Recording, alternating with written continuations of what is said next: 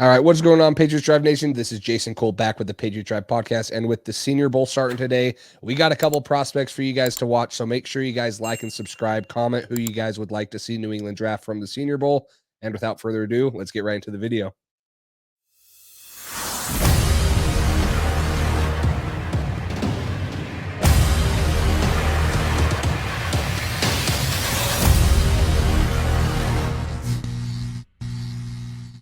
All right, guys. So with the Senior Bowl starting today, there's a bunch of prospects that the Patriots will be interested in. The Patriots have drafted 18 players from the Senior Bowl the past 5 seasons. So clearly that is a very important time for them.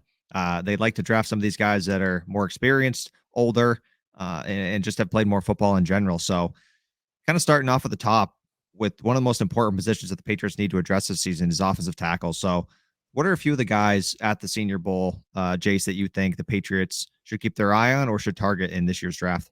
Yeah, there's a couple guys that really stick out to me. The three that I'm going to talk about right here: Tyler Steen from Alabama, Blake Freeland from BYU, Cody Mock from North Dakota State. I'm going to start with Blake Freeland. Blake Freeland's a big old dude out of BYU, 6'8", 305 pounds. We'll get his official measurements, but he was the second highest graded tackle this year for PFF. He had an 88 run blocking and a 90 pass blocking grade.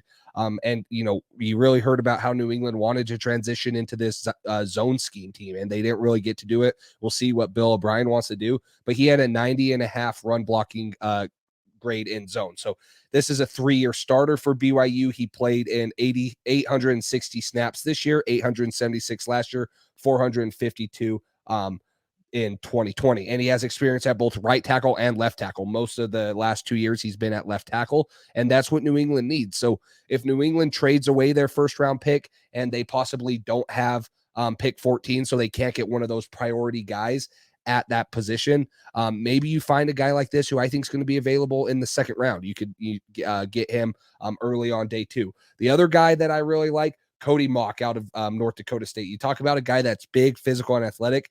You talked about Blake Freeland being the second highest graded tackle. Cody Mock's the third highest graded tackle in this in college football this year. And he's a big physical dude, 6'6", 303 pounds right now. We'll get his official measurements on arm length and stuff. A lot of people think this guy might be a better guard in the NFL, but he's played exclusively tackle in college. He played 844 snaps at left tackle, 885 in 2021, and just under 500 in 2020. So again, another 3-year starter, another guy that has a 90 run blocking grade and a guy that has an 82 pass blocking grade.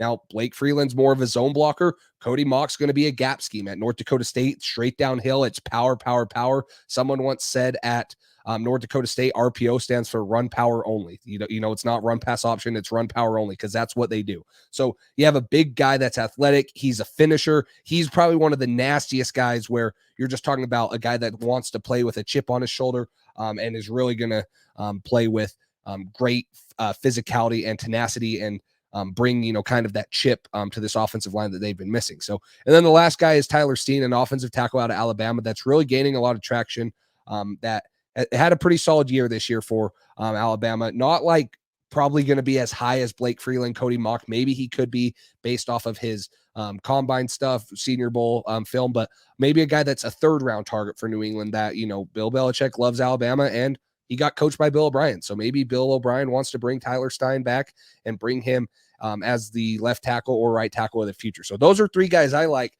but you're going to share with us that I think is a guy that's a freak of nature in DeJuan Jones and someone that could be another great target. Yeah, you want to talk about replacing Trent Brown and beefing up this O-line. Talk about a guy like DeJuan Jones next to a guy like Mike Onwenu on that right side of the offensive line. That is 2 large human beings with some run power ability and some pass protection ability as well. But DeJuan Jones is from Ohio State. He's right tackle, 6'8", 360 pounds. And he just set the record at the Senior Bowl for the largest wingspan in Senior Bowl history with 89.5-inch wingspan. That's equivalent to about a 7'5" person's average wingspan. That is absurd. So absolutely elite reach for an offensive tackle, great size, great strength, just a powerful, dominant tackle. He's a 1st-round prospect. This I think would be a good option if the Patriots maybe wanted to trade back a little bit. If they could trade back, draft a guy like this and then sign a guy like Orlando Brown in free agency. DeJuan Jones can play on the right side next to Mike Onwenu. That's a powerful duo. And then you've got Orlando Brown next to Cole Strange and then David Andrews. That fixes your offensive line, I think, pretty quickly here. And I think a guy like DeJuan Jones has a ton of room to grow and good potential with his size. If he can stay healthy and that big body doesn't wear on him like it's kind of done to Trent Brown, he can certainly be a large human who can move some people. Yeah, the length on the edges is what's going to be the draw for him, is that wingspan. He's a little stiff in the hips, which is probably why he's not a first-round talent. But like you mentioned, you go get Orlando Brown, who's a left tackle, and you put this guy at right tackle where he played the last 2 years, opposite of Paris Johnson. This is a big dude that is going to be hard to get around. And if you can get some coaching under him, if New England goes out and gets a good offensive line coach like Adrian Clem, one of those guys that they've been interviewing, they might be able to develop this guy into a Trent Williams type of guy. Trent Williams was not a high pick. He had a lot of issues coming out of college, but he has the size and he has the length. And that's what you look for in a guy that's probably going to be a second or third round dude. You're going to take a shot on him and hope that you can develop him. And I think that DeJuan Jones, fits that mold. He played at a Power 5 school that's been competing for national championships for the last 2 years, and he knows how to guard the best of the best. He's blocking Aiden Hutchinson, guys like that on Michigan, and continually good pass rushers in the Big Ten. So that's the offensive line. And then Cole, talk about the last offensive position we want to talk about in the receiver, and maybe a bigger bodied guy that we'd like to see New England target. Yeah, that's Xavier Hutchinson. I mean, he's a guy from he went to Iowa State. He's 6'3", 205 pounds. Obviously a senior at the Senior Bowl. He's a versatile receiver, and he knows how to get open with different techniques. And he may not be the fastest guy as far as his long speed goes. This one says his 40-yard dash time, it was projected to be 4.49. So not elite speed in the NFL, but that's not terrible either. 4.49. You'd like to see it maybe a little closer to 4.4. But a guy that size, 6'3", 205, with physicality and decent route running, that's certainly a guy that could be more of a downfield threat in this offense. And maybe you pair him with a Devontae Parker, and you got a couple different guys who are bigger on the outside, and you start adding some size to this wide receiver room. And then maybe you re-sign a guy like Jacoby to stay on the inside there, and you mix in him and Kendrick Bourne. And then that kind of, you find a role for Taekwon and see where he can fit best. But he's certainly an intriguing prospect, a guy with some size and athleticism. Not one of the top receivers in the class. Another trade down situation for the Patriots. You wouldn't be taking him at 14, certainly, but maybe a guy you could take in the second or third round. Real quick, guys, we'd like to thank today's sponsor, Underdog Fantasy. With Underdog's NFL Pick'em, they make it super easy to win big on any given night. They have individual player props or daily fantasy and are legal in 41 of the 50 states. Right now, they are doubling your first deposit up to $100 when you use code PATSDRIVE or use the link in the description. All you have to do is select higher or lower and submit your wager for as low as $1 to win anywhere from 3 times to 20 times your money. You can also compete against thousands in Underdog Fantasy's daily fantasy tournaments ranging anywhere from football to baseball to basketball. Whatever sport it is, there's a tournament for you. Now with Underdog's Pick'em Insurance, you can still win money even if one of your picks does not hit. So head over to UnderdogFantasy.com or download the Underdog app. Make sure to use code PATCHDRIVE or use the link in our description to get started today. Yeah, he's a guy that had the third highest receiving grade off of PFF. Big-bodied receiver, has a great knack to go up and make contested catches. Played with Brock Purdy at Iowa State. He was a really good, productive dude. He finished with 31 contested catches this year. That's 11th in college football, and his contested catch percentage was really high up there. So, they're throwing him contested catch balls. He's using his height. He's going up there and making plays. The other guy that I would just mention that had a ton of production is Rashee Rice. He's going to have the downfield speed. He's not going to have the route running ability, really. He's another guy to keep an eye on throughout the Senior Bowl. But let's kind of move on to the defensive side of things. Guys that Bill Belichick really likes to target, and it really starts for me at the cornerback position in a guy that has been mocked to New England and is really shooting up draft boards, and a lot of people might have already heard of him. But this is Devon Witherspoon out of Illinois. You might have seen the play that he made against, I forget who it was, but they throw a bubble screen. He comes out of nowhere, knocks the piss out of the receiver. Big physical tackler, I'm interested to see what he measures at. He's not the tallest or longest guy. He's not going to be Kelly Ringo, Joey Porter Jr., Christian Gonzalez, who's going to be 6 foot plus. He's probably going to be right around 6 foot. It'll be interesting to see what his arms are, but he had a 92.5 coverage grade. He allowed a 34.9% completion percentage. And, he only allowed 22 receptions on 63 targets and 206 yards, no touchdowns, 3 interceptions. So we've talked about getting a little bigger at the cornerback position. He's not the biggest guy. He's bigger than what we have, the Marcus Jones, the Jonathan Jones, Miles Bryant type of guys. Probably pretty close to what Jack Jones would be, but he's physical. He's long. He's going to add a lot of physicality on the outside, which I think Bill Belichick values, and someone that could really take this defense to the next level. I don't know if I'd look at him at pick 14.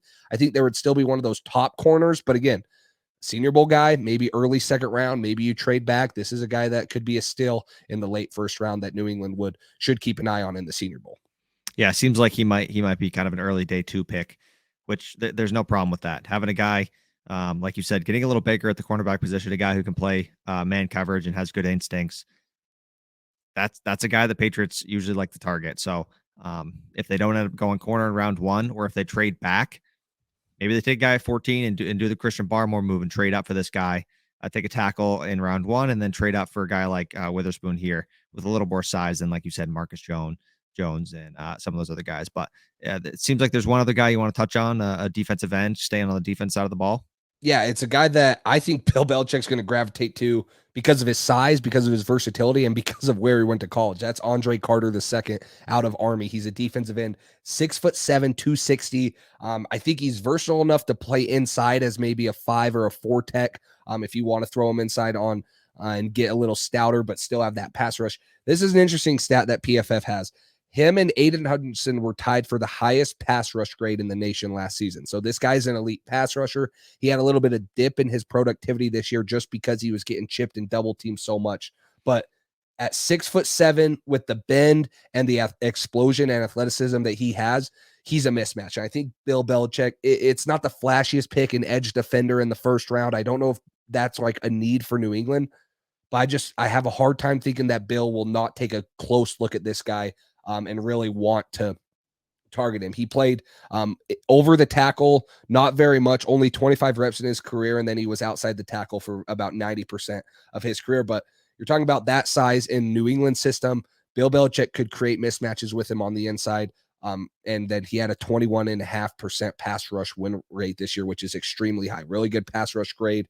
4 sacks, 2 hits, 17 hurries. He had 9 hits and 15 sacks last year. So again, this dude was a menace last year, a little bit of dip in production, but that's because he did so good last year that he demanded all the attention from the schools that they played. And so he really does excite me. Just a size alone.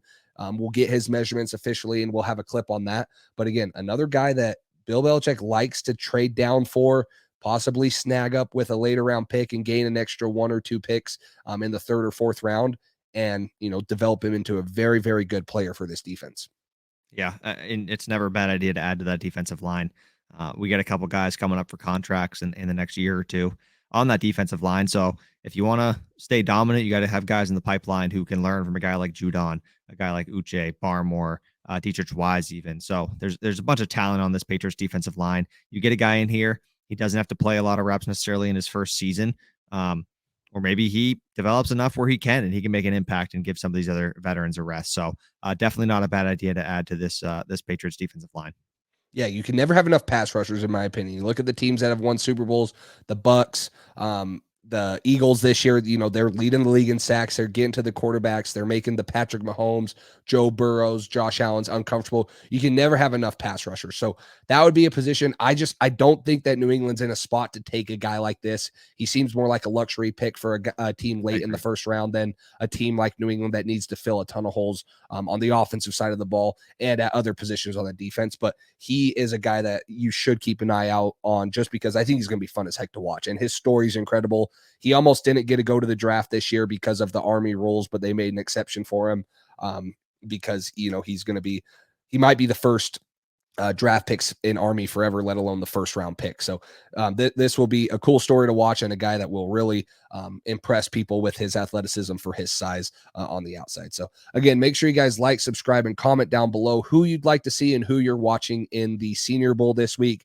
The game will take place Saturday, February 4th, but practices will be Tuesday through Thursday that you guys can watch and follow.